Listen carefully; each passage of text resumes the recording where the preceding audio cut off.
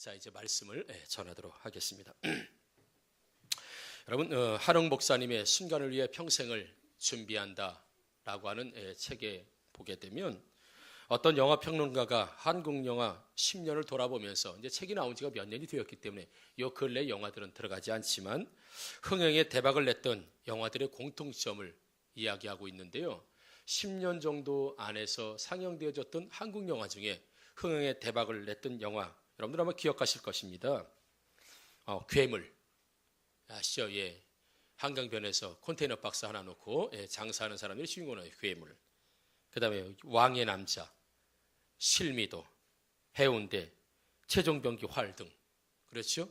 도둑들, 이런 영화들 보게 되면 한 사람 내지는 떼거리로 나와가지고 한을 푸는 내용들이 대부분입니다. 억눌렸던 사람들, 무시받았던 사람들이 때로 나오든지 혼자 나오든지, 그래서 자신의 어떤 목적과 목표를 달성하는 내용, 이것을 보면서 사람들은 어떤 카타르시스를 느끼고요, 대리만족을 느꼈을지 모르겠습니다.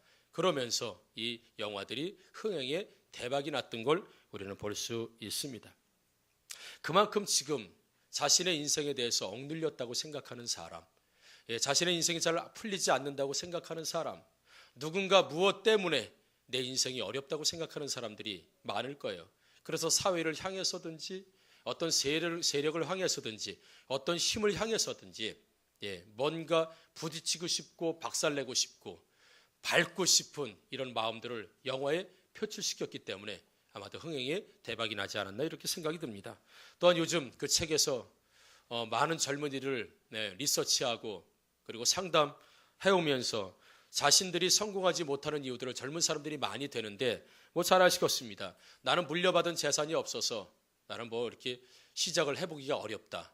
나는 든든한 백이 없어서, 나는 탁월한 재능이 없어서, 나는 가정 환경이 불우해서, 나는 가난한 집에 태어나서, 신앙인 중에는 많은 사람들이 나는 술 담배를 하지 않기 때문에 나는 직장에서, 사업에서, 인생에서 성공하기가 어렵고, 나이는 주일도 일해야 되는데 주일 다 꼬박꼬박 지키다 보니 직장에서 어떤 그 어려움, 불이익을 당하기 때문에 나는 성공하지 못합니다라고 대답하는 젊은이들이 많다는 것입니다.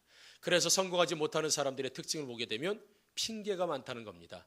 재산이 없어서, 부모 잘못 만나서, 가난한 집에 태어나서, 나는 스펙이 없어서, 나는 인류대학 나오지 못해서, 나는 무엇 때문에 인생을 성공할 수 없습니다라고 하는 이 핑계를 아주 그럴듯하게 많이 공통적으로 되는 이런 모습을 볼 수 있다고 합니다. 그런데 여러분, 전도서 11장 4절을 보게 되면 제가 읽어드릴게요. 풍세를 살펴보는 자는 파종하지 못할 것이요 구름만 바라보는 자는 거두지 못하리라. 이 얘기는 쉽게 말씀드리면 바람이 분다고 기다리면 씨를 못 뿌리고 구름이 꼈다고 기다리면 추수를 못할 것이다. 그래서 성공하지 못하는 사람은 오늘 씨를 뿌리러 나가야 되는데 바람이 많이 불어. 그럼 내일 뿌려야지. 내일도 바람이 많이 불으면 또 그 다음 내일 바람 때문에 씨를 못 뿌려요. 그리고 추수하러 나가려다 보니까 구름이 꼈습니다. 비가 올 것 같아요. 그래서 나가지 않습니다. 왜냐하면 구름이 꼈기 때문에. 바람 때문에 안 되고 구름 때문에 안 된다. 이런 핑계를 댄다고 전도서 11장 4절에도 우리에게 말씀해 주시는 것을 볼 수 있습니다. 여러분, 오늘 본문에 보았던 창세기 45장 오늘 내용은 요셉과 요셉의 형들이 이제 재회하고 만나는 장면을 우리가 지금 읽었습니다. 그 이전 스토리는 여러분들 잘 아마 아실 겁니다. 요셉이 꿈을 꾸고 형들에게 꿈 이야기를 2번 하죠. 몇 단이 절을 하는 꿈, 그리고 해와 달과 별들이 다 자기에게 절을 하는 꿈, 이런 꿈들을 이야기하고 형들에게 미움을 받은 요셉, 아버지의 심부름으로 형들이 잘 목축을 하고 있는지 가서 보고 오라고 신부를 보냈다가 형들에게 붙잡혀서 구덩이에, 옷이 홀라당 벗겨진 채로 구덩이에 빠지게 되죠. 그런데 유다가 뭘 구덩이에 빠뜨리고 죽이냐, 형제인데 그냥 죽이지 말고 미디안 상인에게 팔아버리자 라고 하면서 구덩이에 다시 꺼내서 미디안 상인에게 팔아버리고, 이 상인은 보디발의 집에 팔아버리고, 그래서 보디발의 집에서 노예 생활을 하다가 억울하게 그는 감옥살이를 하게 되고 감옥에 갇히게 되면서 관원장 2사람의 꿈을 잘 해석하게 되고, 그 관원장이 바로에게 이 요셉을 천거하고 추천해 주면서 국무총리가 되는, 총리가 되는 그런 상황 가운데 이제 가나안에서는 흉년이, 애굽에서도 흉년이 들었지만 가나안에서도 흉년이 들기 때문에 요셉과 베냐민을 제외한 10명의 형제들이 전부 애굽으로 내려와서 요셉에게 가서 곡식을 사려고 하는데, 요셉은 형들을 알아보지만 형들은 요셉을 알아보지 못합니다. 그래도 곡식에다가 자 이렇게 곡식을 채워주고 돈을 그대로 다시 넣습니다. 그 이전에 어디서 왔느냐? 저희는 가나안에서 왔습니다. 너희들 왜 왔느냐? 곡식 사러 왔습니다. 아니다, 내가 딱 보니까 너희들 스파이구나. 이 나라에 정탐하러 왔구나. 이 못된 놈들. 아닙니다, 우리는 곡식 사러 왔습니다 라고 하면서 이야기하지만 요셉은 일부러 3일 동안 잡아두고 인질로 그들을 가두게 됩니다. 그럴 때 사람들이 우리가 이렇게 고난이 당한 것은 옛날에 요셉을 우리가 해코지했기 때문에, 요셉에게 나쁜 짓을 했기 때문에 오늘날 이런 죄악의 벌을 우리가 받는구나 라고 해서 형제들끼리 서로 싸웁니다. 아무튼 그리고 나서 자루에다 돈을 주고 또 보냈다가 또 베냐민을 돌아오게 하고, 이런 루벤이 또 인질로 잡히게 되는 스토리를 말하려면 길기 때문에, 그런 가운데 이 애간장을 다 녹이는 이런 상황 가운데 마지막 베냐민이 왔어요. 요셉의 같은 형제 아니겠습니까?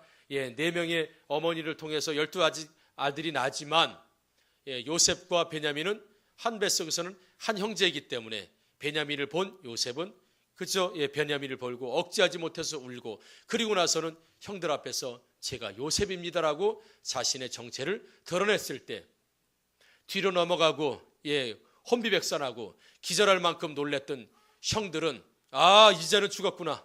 우리가 13년 전에 팔았던 이 요셉이 이런 국무총리가 돼 있을 줄 몰랐는데 이제는 우리의 죄값으로 우리가 다 죽게 되었구나 라고 근심하고 한탄하고 있을 때 요셉이 말합니다. 형님들, 근심하지 마십시오. 한탄하지 마십시오. 그거 가지고 한탄할 일이 아닙니다라고 하면서 이제 요셉이 본인이 이렇게 된 이유에 대해서 형들에게 설명해 주는 모습을 보게 됩니다. 5절에 보게 되면 당신들이 나를 이곳에 팔았다고 해서 근심하지 마소서, 한탄하지 마소서 이렇게 얘기합니다.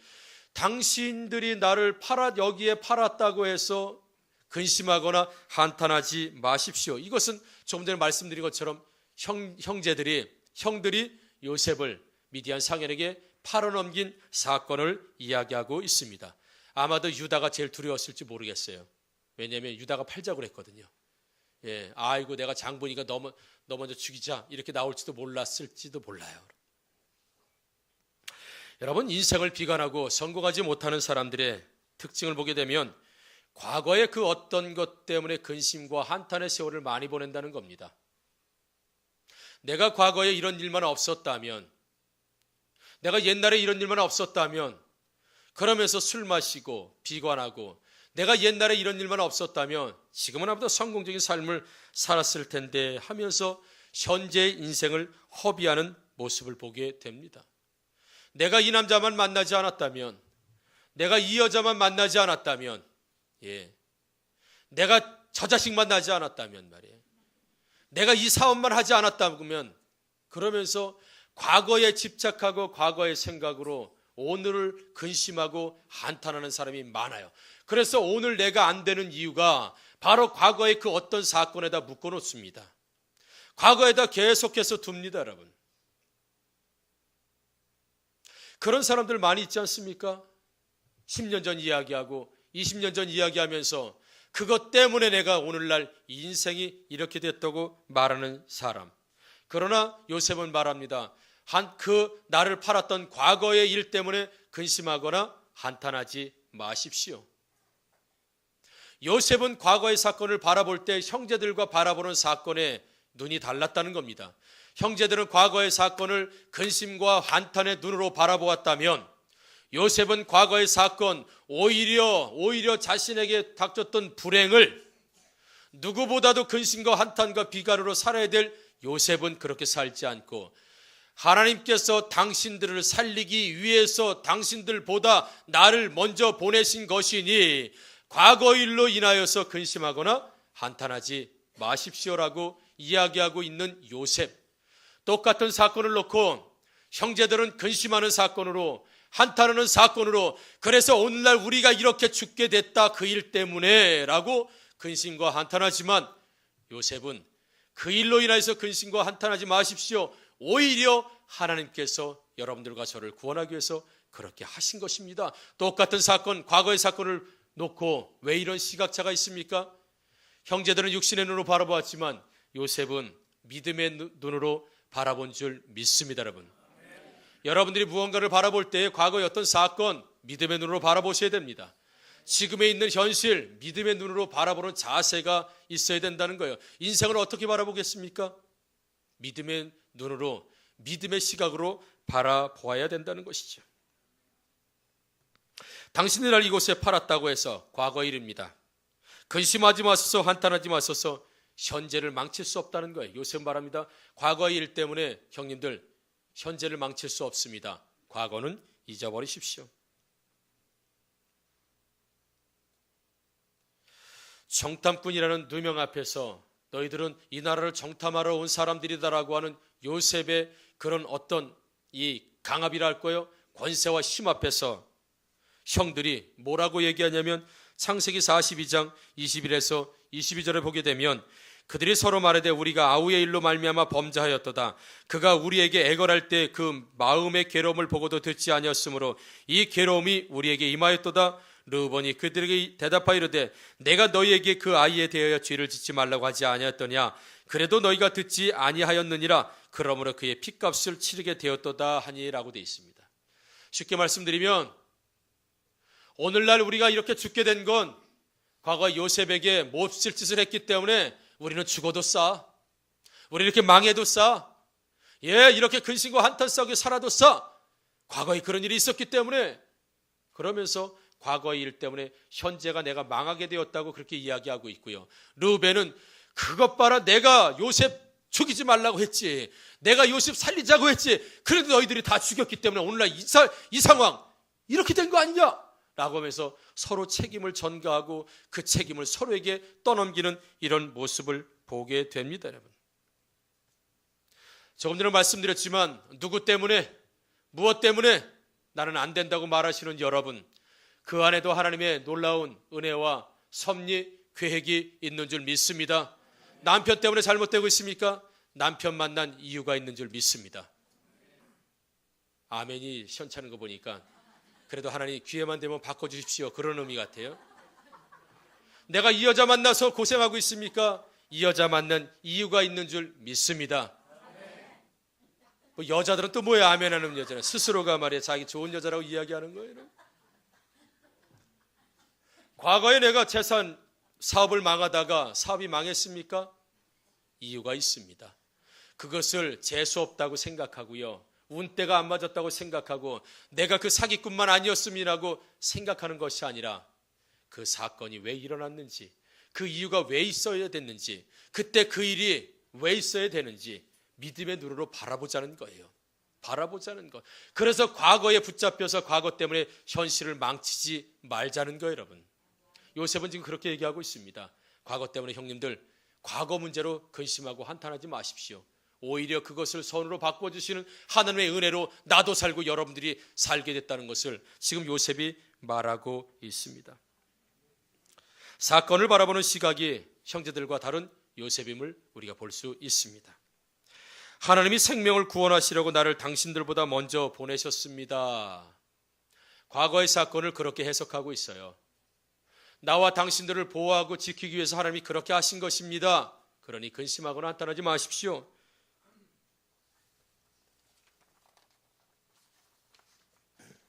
그러면 이런 반문을 하시는 분도 계실지 몰라요. 지금은 요셉은 여유롭지 않느냐, 요셉은 죽일 권세도 있고 살릴 권세도 있기 때문에 까짓거 본인이 용서해주고 싶으면 용서해주고 죽이고 싶으면 죽을 이치에 있기 때문에 여유롭게 말할 수 있는 거 아니냐. 만약에 요셉이 총리가 되지 않고 만약 계속해서 노예로 살았다면 이런 얘기를 할 수 있었을까라고 반문하시는 분이 있을지 모르겠습니다. 그렇지 않습니다. 여러분, 아마도 여러분이나 저 같으면 총리가 되었다면 가장 먼저 할 일이 무엇이었겠습니까? 총리가 됐다, 여러분들이 하실 일이 뭐겠습니까? 솔직하게 당장에 가난에 가서 형들 잡아가지고 능지처참했을 것입니다. 너 유다 나와, 유다, 네가 나 팔자 그랬지, 너 유다 나와. 하나씩 하나씩 처형했을지 모릅니다. 왜? 원수 갚을 힘이 나에게 주어졌기 때문에 가장 먼저 원수 갚았을 거예요. 아마 형들이 어디 사는지 알고 있었고 아버지가 어디 사는지 알고 있었지만 요셉은 원수 갚으러 가지 않았습니다. 왜요? 인간의 눈으로 사건을 바라보지 않고 하나님의 시각, 믿음의 눈으로 바라보았기 때문에 원수 갚을 일이 없는 거예요. 왜냐하면 내가 오늘날 총리가 된 것은 형들이 나를 팔은 것은 형들이 나를 미워서 라고 팔았을지 모르겠지만 그것은 하나님께서 나도 살리고 형도 살리고 우리 가족을 살리고 후손을 살리기 위해서 하신 하나님의 일이라는 믿음의 시각으로 바라보았기 때문에 원수가 될 수 없었다는 거죠. 용서가 될 수 있었다는 것입니다. 여러분, 요셉의 인생에도 위기가 여러 번 있었던 걸 우리가 알 수 있습니다. 형들에게 붙잡혀 위협을 당하고 구덩이에 빠져 있을 때도 인생의 위협을 느꼈을 거요. 그리고 미디안의 상인에 팔려갔을 때도 마찬가지고, 그리고 보디발의 집에 팔려가서 노예로 일할 때도 마찬가지고요. 억울하게 감옥에 갇혔을 때도 마찬가지고, 금방 가서 풀어준다는 관원장이 2년 동안 깜깜무소식이었을 때도 요셉은 하나님을 원망하지 않았습니다. 한 번도 하나님을 원망하는 이야기를 해본 적이 없습니다. 여러분, 하나님이 항상 자신은 감옥에 있어도 이것은 하나님이 하신 일이다. 내가 보디발의 집에서도 억울한 누명을 썼을 때도 이것이 하나님께서 나에게 행하실 어떤 의미가 있는 사건일 것이다. 내가 구덩이에 빠진 것도 하나님의 어떤 의미가 있을 것이다. 내가 상인에게 팔린 것도 의미가 있을 것이다. 그렇게 하나님께서 이끌어 주심을 고백하며 믿었던 요셉이에요. 요셉의 믿음이 없어서 그랬을까요, 여러분? 그렇지 않습니다. 보디발의 아내가 자신을 유혹할 때 내가 하나님 앞에서 범죄할 수 없다라고 도망쳤습니다. 그리고 두 관원장이 꿈을 꾸었을 때 꿈 해석은 하나님에게 있습니다 라고 하나님 앞에 영광을 돌리고 자기 자신은 빠져요. 그곳에도 역시 하나님이 함께 하심을 느꼈습니다. 믿었습니다. 바로 앞에 갔을 때도 바로가 그럽니다. 요셉에게 네가 꿈을 그렇게 잘 푼다면서? 아닙니다. 내가 푸는 것이 아니라 하나님께서 편안한 대답을 바로 당신에게 해주실 것입니다. 그는 위험한 상황 가운데, 유혹의 현장 가운데, 그는 인생의 위기 가운데서 하나님을 드러내고 하나님을 믿었다는 거예요. 그가 하나님을 늘 인식하면서 살았기 때문에 그 감옥에서도, 구덩이에서도, 그 유혹에서도, 억울함 속에서도 견디고 이기고 나갈 수 있었다는 것을 우리는 잘 알 수 있습니다. 여러분, 인생을 바라보실 때 사람의 눈으로 바라보지 마시고 믿음의 눈으로 인생을 해석하게 되기를 주의 이름으로 축원합니다. 거기에는 다 뜻이 있습니다. 거기에는 다 길이 있습니다. 거기에는 다 의미가 있다는 겁니다. 여러분들과 제가 만난 것도 의미가 있는 줄 믿습니다. 저는 그래서 여러분들에게 출애굽했다라고 말씀드리잖아요. 뽑아서 이곳에 왔다. 회복이 필요하신 분들, 축복이 필요하신 분들, 강건함이 필요하고 제자되어 제자 삼는 비전을 가지고 정말 주님 앞에 헌신할 분들이라면 하나님께서 이곳에 보내주셨다고 하는 확신이 저에게 드는 것은 단 한 사람도 우연히 어쩌다가 이곳에 온 사람은 없다라는 것을 말씀드리죠, 여러분. 과거의 사건만 여러분 그렇게 받아들여야 될까요? 현재는 어떻습니까? 요셉은 현재도 역시 하나님께서 하시는 것으로 믿고 있고요. 미래도 마찬가지였습니다. 창세기 45장 7절에 보게 되면 하나님이 큰 구원으로 당신들의 생명을 보존하고 당신들의 후손을 세상에 두시려고 나를 당신들보다 먼저 보내셨나니. 과거에 일어났던 사건도 하나님이 함께 하셨기 때문에 나는 당신들을 용서할 수 있고 다 하나님이 하신 일입니다. 현재 이렇게 만난 것도 당신들의 70명이라는 그 가족을 살리기 위해서 나를 오늘 이렇게 이곳에 있게 하신 겁니다. 뿐만 아니라 나와 당신들의 후손까지도 살리게 하시려고 하나님께서는 오늘 이 자리에 있게 하신 것입니다. 그래서 요셉은요, 과거, 현재, 미래를 바라보는 모든 눈을 신앙의 눈, 믿음의 눈으로 바라보았다는 사실. 그래서 인생을 비관하고 살았만 한 요셉이지만 그가 뭔 잘못을 했습니까? 얼마나 큰 잘못을 했길래 인생에 이런 엄청난 위기와 이런 엄청난 고통을 당하면서 살아야 되겠습니까? 누구보다도 비관하며 살 수 있는 사람이 요셉이에요. 그러나 그는 단 한 번도 비관하거나 하나님을 욕하거나 하나님을 비판하지 않았습니다. 과거, 현재, 미래 모든 것들은 하나님이 이끌어 주시는 것을 요셉은 믿었기 때문에 그렇습니다. 그래서 믿음의 사람들은요, 사건의 해석이 달라집니다. 인생을 해석하는 자세가 달라진다는 것입니다. 자신의 인생을 바라볼 때 해석이 달라요. 사건을 바라볼 때 해석이 다르다는 겁니다. 여러분. 가나안 12정탐꾼 아시죠? 10명의 정탐꾼은 똑같은 걸 보고 와서 부정적인 보고를 합니다. 우리는 죽었습니다. 그런데 2명의 정탐꾼은 우리는 살 수 있습니다. 10명의 정탐꾼은 우리는 이제 망했습니다. 우리는 그들을 비하면 메뚜기입니다. 2명의 정탐꾼은 아닙니다. 그들은 우리의 밥입니다. 우리는 10명의 정탐꾼은 우리는 그들을 절대 정복할 수 없습니다. 키가 다 2m가 넘어갑니다. 라고 이야기할 때 2명의 정탐꾼은 그들은 우리의 밥입니다. 들어가면 하나님이 함께 하셔서 정복하게 해주실 것입니다. 라고 2명은 보고했습니다. 똑같은 것을 보고 왜 다르게 보고했을까요? 보는 자세가 달랐기 때문에 그렇습니다. 2명은 믿음의 눈으로 봤어요. 신앙의 자세로 보았다는 겁니다. 10명은 육신으로 바라보았다는 것. 똑같은 것을 보고도 해석이 다릅니다. 한쪽은 죽었다, 한쪽은 살았다. 한쪽은 어렵다, 한쪽은 할 수 있다. 한쪽은 된다, 한쪽은 안 된다. 왜요? 바라보는 해석하는 자세가 다르기 때문에 그렇습니다. 아이고, 내가 이놈의 이 지긋지긋한 인생 빨리 죽어야지. 그렇게 바라보면 안 된다는 겁니다. 하루라도 더 악착같이 살아서 기도 한 번 더 하고 영혼 한 번 더 살리는 여러분들 되기를 주의 이름으로 축원합니다.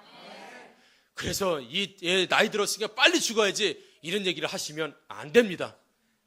그런 얘기 하시는 분들이 더 병원에 자주 다니시더라고요. 검진 더 받고 더 오래 사시려고 말해요. 인생 비관하시면 안 됩니다. 나는 안 된다고 생각하시면 안 돼요. 내 이 나이에 뭘 어떻게 해보겠다고요? 아닙니다, 여러분. 모세는 80세에 시작했습니다. 이 산지를 내게 달라고 하는 갈렙은 120세에 칼 들고 나와서 싸웠던 할아버지입니다, 여러분. 인생을 어떤 시각으로 보느냐는 인생 자체를 완전히 달라지게 합니다.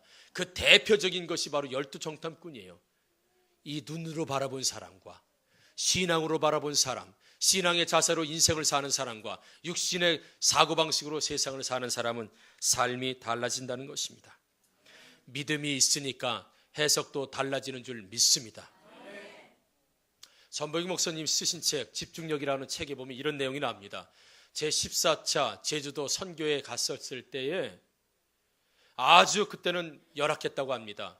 물이 나오지 않아가지고 세수도 못하고 샤워도 못할 때 어느 집에서 호스를 끌어다가 남자 형제들은 밤에 다 벗고 서로 호스로 물 끼얹어주면서 샤워하고 잠잘 자리가 없어서 비가 너무 많이 와서 정말 선교에게 너무도 열악한 상황이었다는 거예요. 그래서 목사님이 걱정을 했던 거예요. 와, 이렇게 날씨가 안 좋고 이렇게 비가 오고 뭐가 이렇게 악천후지, 선교하려고 하면 하나님께서 뭔가 날씨도 좋게 해주고 뭘 해줘야 될 거 아니야? 라고 생각하는데 자매도 형제도 수십 명이 갔지만 단 한 사람도 날씨에 대한 불평이 없었고요. 잠자고 먹는 것에 대한 불평이 없었다고 합니다. 그래서 목사님께서 물어본 거예요. 아니, 너희들은 왜 이렇게 열악한 가운데서 불평이 없냐? 라고 했더니 그 청년들이 하는 얘기가, 아니, 우리가 놀러 왔습니까? 선교하러 왔지. 이게 자세라는 거예요, 여러분.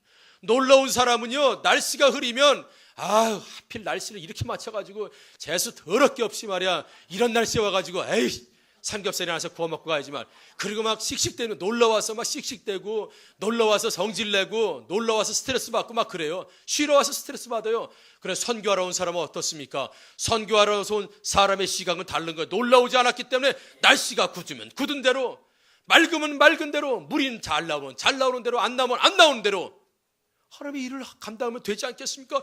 그러니까 신앙의 자세로 날씨를 바라보고 환경을 바라보니까 불평과 원명이 나오지 않는 거예요. 왜? 우리가 여기 놀러 왔습니까? 선교하러 왔지. 선교하러 왔는데 좀 며칠 못 씻으면 어떻습니까? 비가 오면 어떻습니까? 눈이 오면 어떻습니까? 선교하러 왔는데, 이게 인생의 자세라는 거예요, 여러분. 내가 믿음으로 사는데 내가 왜 지금 현실에 근심하고 걱정하고 한탄합니까? 내가 믿음으로 사는데, 이 땅이 마지막 사는 삶이 아닌데 내가 왜 과거의 일과 현재 일과 미래의 두려움과 이런 일 때문에 근심과 걱정하고 한탄하면서 살겠냐 이거지, 여러분. 다시 한번 여러분, 믿음으로 인생을 해석하는 여러분들 되기를 주의 이름으로 축원합니다.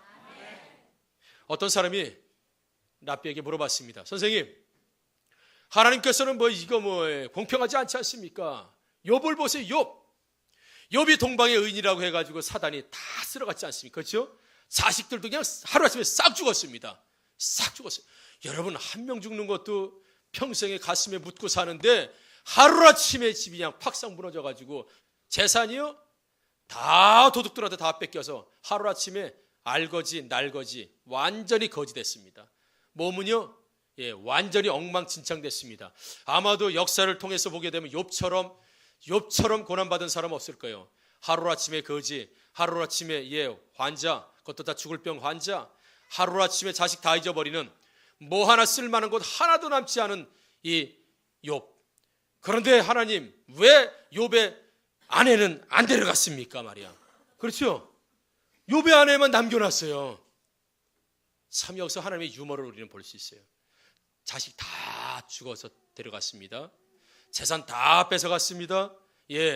건강 다 뺏어갔습니다. 근데 욥의 아내는 하나님이 그대로 뒀어요. 욥의 아내가 뭐라고 얘기하는지 아세요? 그의 아내가 그에게 이르되 당신이 그래도 자기의 온전함을 지키냐? 예의 하나님을 욕하고 죽어라. 그렇게 얘기한 거예요. 이런 악처를 남편이 말이야 어려우면 말이야 좀 이렇게 도닥도닥거리고 위로를 해줘야 되는데 하나님 욕하고 죽으라는 이 아내를 안 데려갔어요. 여러분, 왜 그랬을까요? 왜? 여러분, 욥이 하나님의 시험을 다 통과하고 테스트를 통과한 다음에 2배 축복을 받았죠. 재산도 몇 배? 2배. 자식도 몇 배? 2배. 건강도 몇 배? 아이, 똑바로 얘기해봐. 몇 배?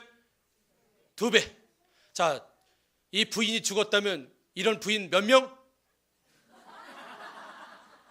그게 축복이에요, 저주예요? 한 명이 축복이에요, 2명이 축복이에요? 2명? 그럼 2명이 그래야 돼? 죽어라 죽어라 막 그래야 돼? 다른 건 다 갑절의 축복을 받았습니다. 아내만 데려가지 않았습니다. 왜요? 데려갔다간 그런 악처 2명을 줘야 돼. 축복이 아니에요. 하나님 얼마나 유머러스 하십니까? 그죠? 하나님의 유머가 얼마나 대단해요. 성경을 바라볼 때에 이런 관점으로 바라보면 아내를 남겨놓은 것이 그 욕하는 아내를 데려가야지 이 욥이 보호를 받는데 왜 그 끝까지 욥의 아내는 살려두셨습니까? 얘야, 욥의 아내가 죽고 나서 2배 축복받을 그런 아내 2명 생기면 그게 저주냐 축복이냐? 그게 은혜군요. 살아있는 게 은혜군요. 여러분, 그렇게 보는 시각이 있게 되기를 주의 이름으로 축원합니다. 인생을 바라보는 눈이 달라져야 돼요. 신앙으로 봐야 돼요. 신앙으로. 자식들 바라보면서 저 공부도 못하는 거 저거 커서 뭐가 될 거야 말이야. 그렇게 바라보면 안 돼요. 여러분, 믿음의 눈으로 바라보시는 거예요. 믿음의 눈, 신앙의 눈으로 자식을 바라보는 겁니다.